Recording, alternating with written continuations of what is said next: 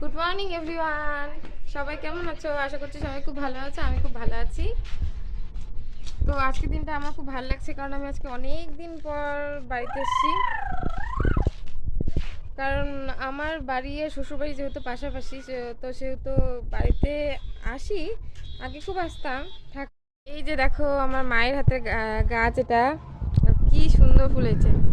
এই গাছটা মা একদম ছোট্ট একটা ডাল এনে বুনেছিল আর কি। সেখান থেকে দেখো কত সুন্দর গাছ হয়েছে।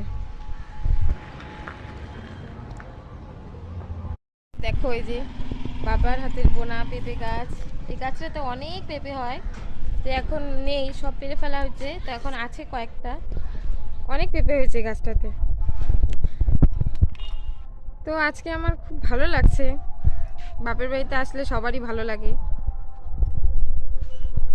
এই যে